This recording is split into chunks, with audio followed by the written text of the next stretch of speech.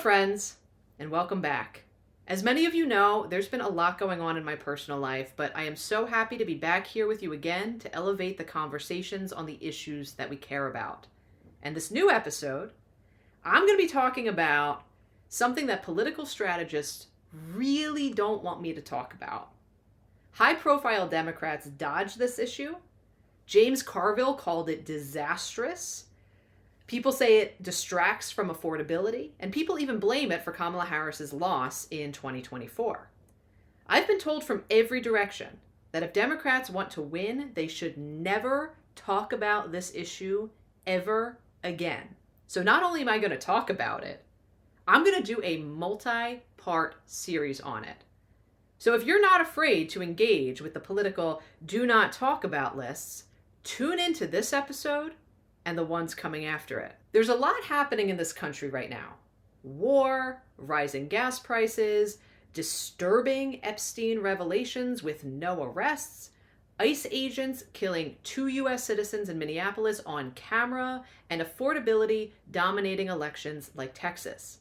So when I tell people that my next episode is about transgender people and trans rights, the reaction is always shock. Like, Kristen, no!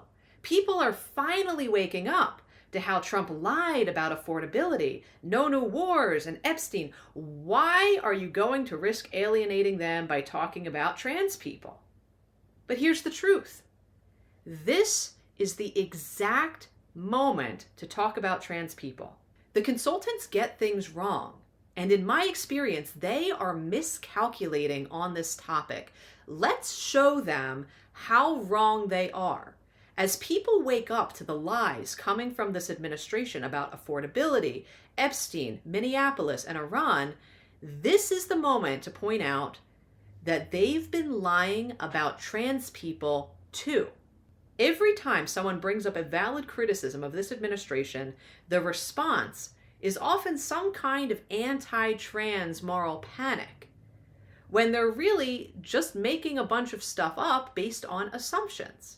It's a shield, a distraction, a way to redirect attention and present themselves as the more reasonable option.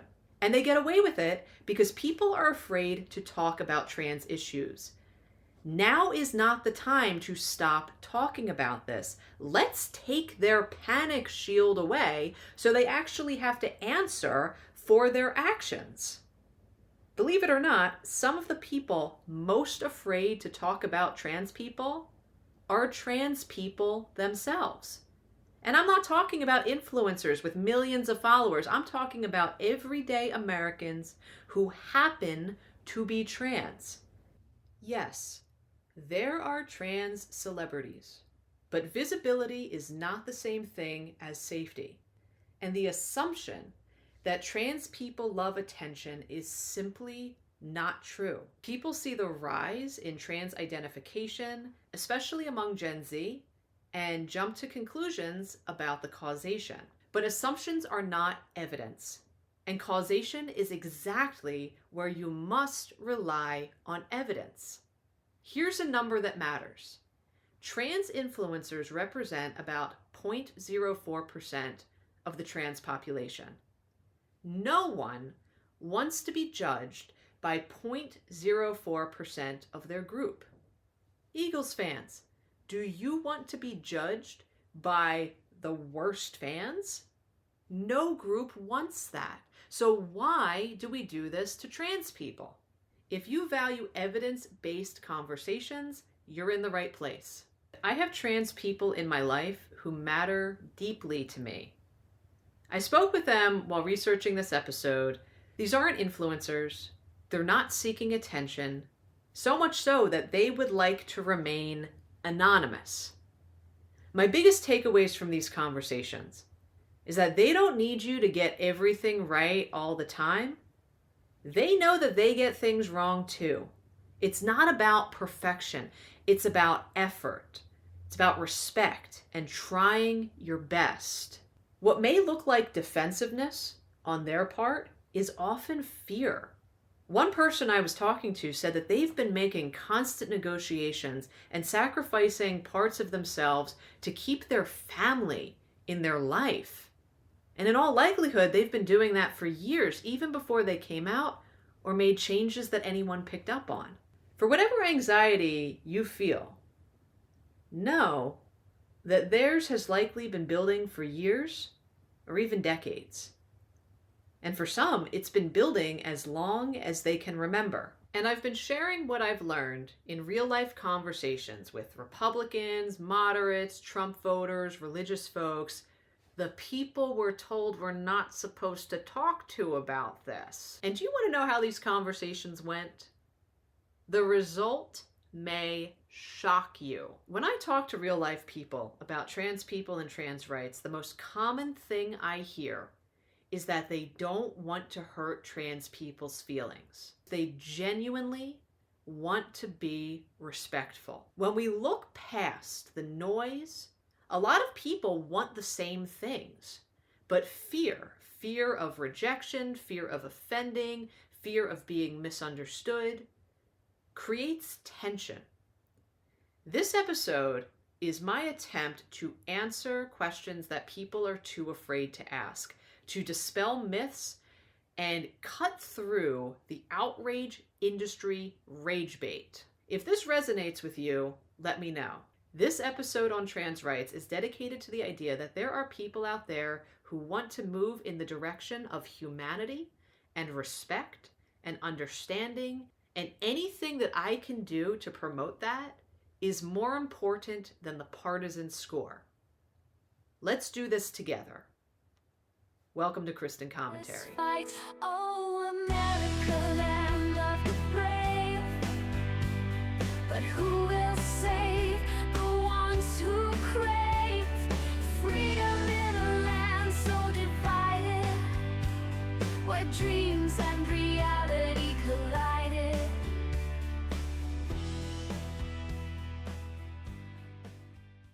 A lot of times when I'm talking with friends or acquaintances about trans people, the first thing they ask is, how am I supposed to act?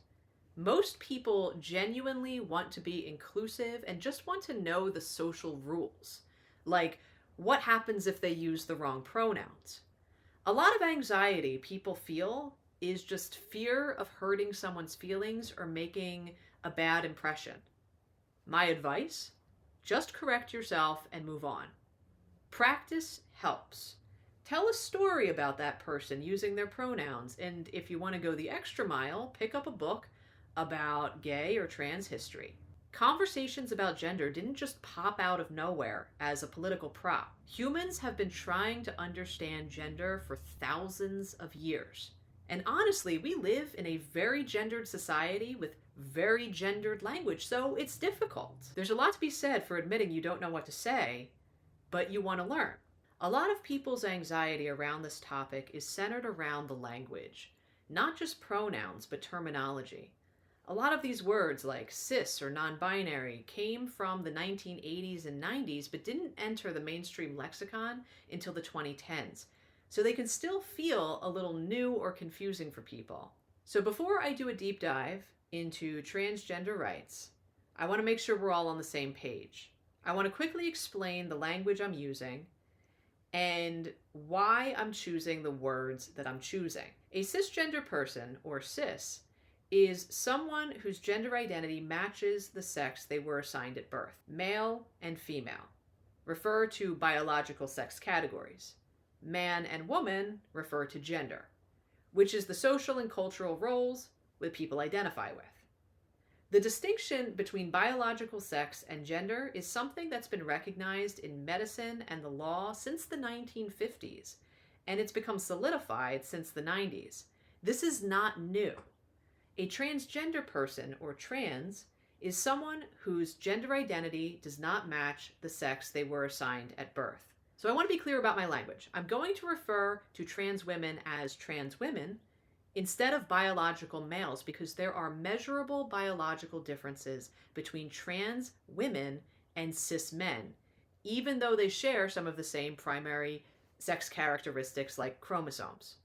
There are genetic differences, there are differences in brain structure, and after transition there are hormonal and anatomical differences too.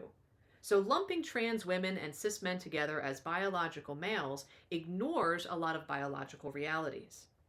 And Christian commentary values both accuracy and precision. So using words like cis and trans to differentiate between the two is aligned with our values. So if you want to learn more about the history of the language and the studies that show the biological diversity surrounding sex and gender, let me know. I can make some resources available to you. But we could do a whole episode on the language and the biology.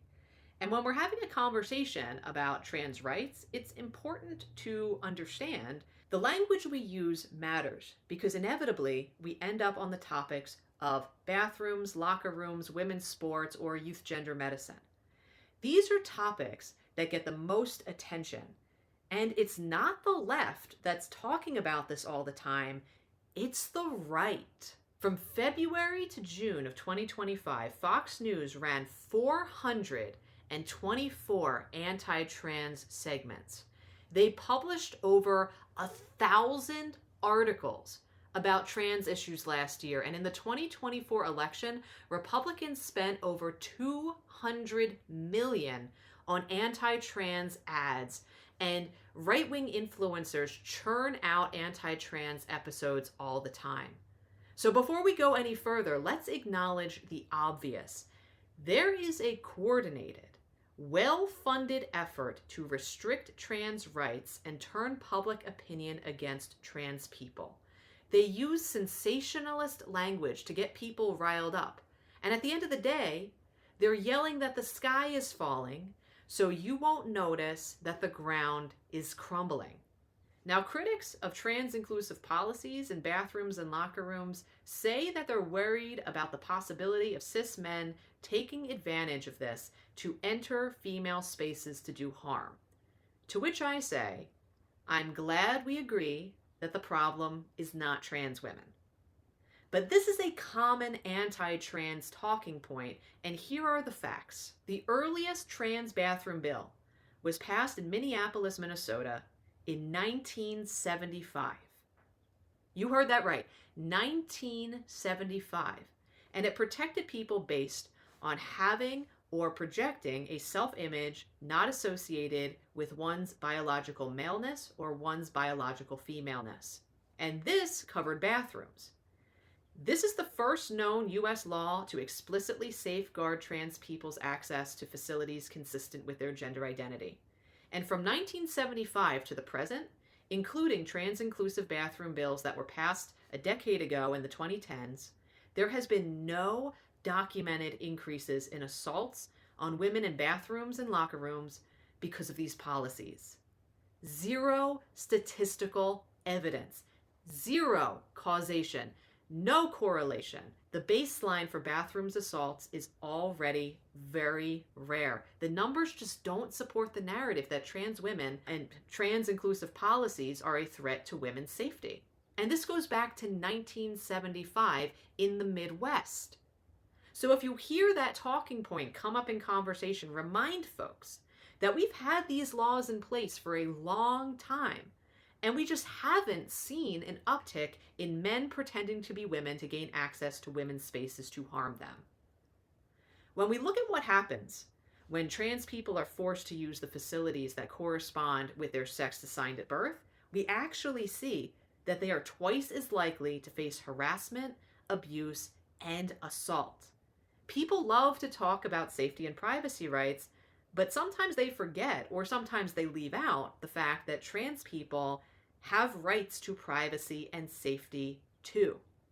And when we force them to use facilities based on sex alone, they are in more danger than when they are allowed to use facilities that align with their identity. Just by looking at the numbers, we learn two things. One, that there is no evidence that trans-inclusive policies put cis women in greater danger. And two, that anti-trans policies put trans people in greater danger. Which option is better for overall privacy and safety? Clearly, it's the trans-inclusive policies. So if you believe that trans policy should be based on facts instead of fears, then share this evidence. Basing policy decision on assumptions is not common sense. I understand why there's still a lot of anxiety around this issue, especially on bathroom and locker room questions. And I'll be talking to people and they'll often give me something, a scenario, like imagine you're in a locker room and someone walks in who is 6'3", has a hairy chest, 5 o'clock shadow, wearing a pink tank top and a mini skirt. And they're like, what am I supposed to make of this? What is the most reasonable and ethical response? Here's the thing. Trans people look all kinds of ways for all kinds of reasons. Not all trans people have surgeries or hormones. And plenty of cis women are tall, muscular, or hairy.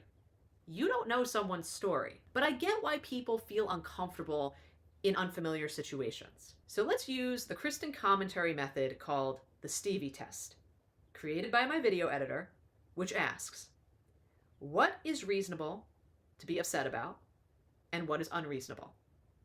If you want the full Stevie test breakdown on how to navigate complex controversies and tricky social situations, check out my full episode on Jojo Siwa. I never thought I'd be using Jojo Siwa in the same conversation as rational thinking, but in the year of our Lord 2026, this is where we're at. Here's what's reasonable in the scenario I've described. Your brain is wired for pattern recognition, and when something breaks the pattern, discomfort is normal. So I want to be clear that feeling socially uncomfortable in this situation does not make you a bigot. Having questions does not make you a bigot. But watch out for how your brain answers these questions. If you automatically jump to negative assumptions about a person based solely on their appearance, that's not reasonable. It's important to recognize discomfort, but also realize that discomfort is not the same thing as danger. Discomfort is not harm. Discomfort is not a threat. A lot of the questions around this issue boil down to questions about how we're supposed to assess other people. We live in a pluralist country. That means that this is a free country with a lot of different kinds of people. And there is a chance that at some point you're going to run into someone or something that may make you uncomfortable. That's what living in a free country means. You have the right to privacy and safety in this country. You do not have the right to comfort in the public sphere. You cannot legally remove someone just because you are uncomfortable. And thank God you can't. Imagine if we lived in a country where people could remove you from places or take away your rights because you make them uncomfortable. Is that a country you would like to live in? Thank God we don't base rights on someone's comfort level. That's why free speech is protected even when it offends.